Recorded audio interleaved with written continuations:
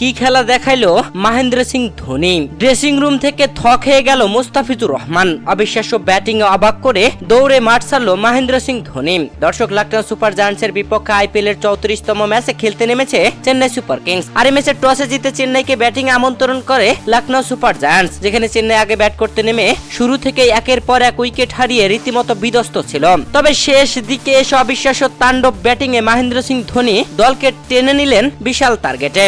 যেখানে এই ম্যাচে চেন্নাইয়ের টপ অর্ডারের ব্যাটসম্যানরা যেখানে আজঙ্কা রহানি করেন 36, রাচিন রবীন্দ্রা করেন 0, ঋতুরাজ গায়কোয়াড করেন 17। এছাড়া রাচিন রবীন্দ্রা খেলেছেন শেষ পর্যন্ত।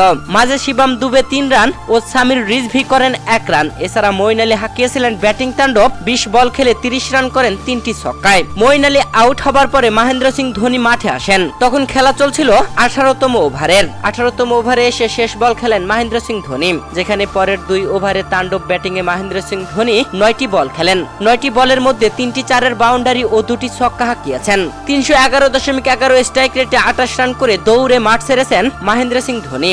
দর্শক, এছাড়া রাচিন রবীন্দ্রা দুর্দান্তভাবে হাফ সেঞ্চুরি করেছিলেন। 2 ডাউনে ব্যাটিং এ নেমে শেষ পর্যন্ত অপরাজিত থেকে মাঠ ছেড়েছেন। এই ম্যাচে পুরো 20 ওভার খেলে 6 উইকেট হারিয়ে চেন্নাই সুপার কিংস করেছে 176 রান। দর্শক, মহেন্দ্র সিং ধোনির এমন ব্যাটিং এর সময় রীতিমতো অবাক ছিলেন মুস্তাফিজুর রহমান। এ সময় ড্রেসিং রুমের দিকে ক্যামেরা ধরতেই দেখা যায় মুস্তাফিজুর রহমান অবাক দৃষ্টিতে তাকিয়ে রয়েছেন মাঠের দিকে।